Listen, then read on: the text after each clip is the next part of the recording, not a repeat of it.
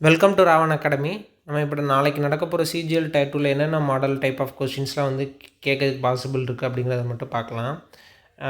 சும்மா என்னென்ன மாடலில் மட்டும் கேட்கறதுக்கு சான்சஸ் இருக்குதுன்னு மட்டும் பார்க்கலாம். அதுமாதிரி இப்போ மீன் மீடியன் மோடில் வந்துட்டு கிளாஸ் இன்டர்வல் வச்சு கொஸ்டின்ஸ் வந்து கேட்டிருந்தாங்க.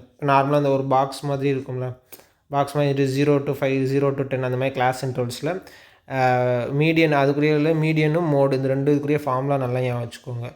ஸோ அந்த குமுலேட்டிவ் ஃப்ரீக்வன்சிஸ்லாம் எடுத்து சால்வ் பண்ணுற மாதிரி வரும். அந்த ரெண்டு ஃபார்முலாஸும் கொஞ்சம் நல்லா குழப்பம். ஸோ அந்த ரெண்டு ஃபார்முலாஸை கொஞ்சம் பார்த்து வச்சுக்கோங்க. அதுலேருந்து கண்டிப்பாக ஒன்று வர சான்சஸ் இருக்குது.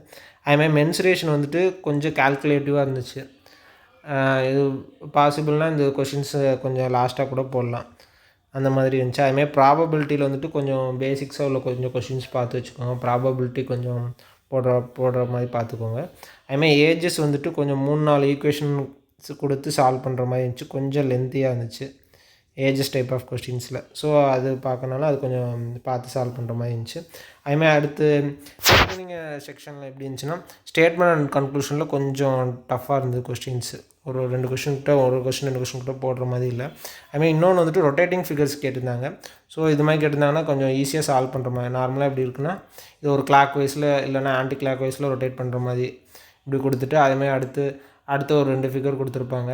ஸோ அதை மறுபடியும் கிளாக் வைஸில் அதுலேயும் ஆன்டி கிளாக் வைஸில் ரொட்டேட் பண்ணுற மாதிரி உண்டு. ஸோ இந்த மாதிரி ஒரு கொஷின்ஸ்லாம் இருந்துச்சு. இதெல்லாம் ஈஸியாக இருந்தது. இதெல்லாம் சால்வ் பண்ணிடுங்க. அதுமாதிரி இன்னொன்று நம்பர்ஸில் வந்துட்டு சும்மா இந்த நார்மலாக வந்துட்டு A-B B-C நார்மலாக இங்கே 2 நம்பர் இங்கே இது நம்பர்ஸ் இருந்துச்சுன்னா A-B வச்சு அடுத்து B-C இது ரெண்டையும் போட்டால் ஒரே மாதிரி வர மாதிரி ஈஸியாக தான் இருந்துச்சு. அதுவுமே சால்வ் பண்ணுறப்பல தான் இருந்துச்சு. இது ரெண்டையும் சப்ராக்ட் பண்ணால் ஒரே மாதிரி வரும். A-Bயையும் B-Cயையும் சப்ராக்ட் பண்ணோம்னா கீழே XYZ ஏதாவது ஒரு நம்பர் இருக்குன்னா ஸோ X-Yயும் A-Bயும் ஈக்குவலாக இருக்க மாதிரி இருக்கும். B-Cயும் Y-Z ஈக்குவலாக இருக்கும். இந்த மாதிரி ஈஸியாக இருக்க மாதிரி தான் இருந்துச்சு.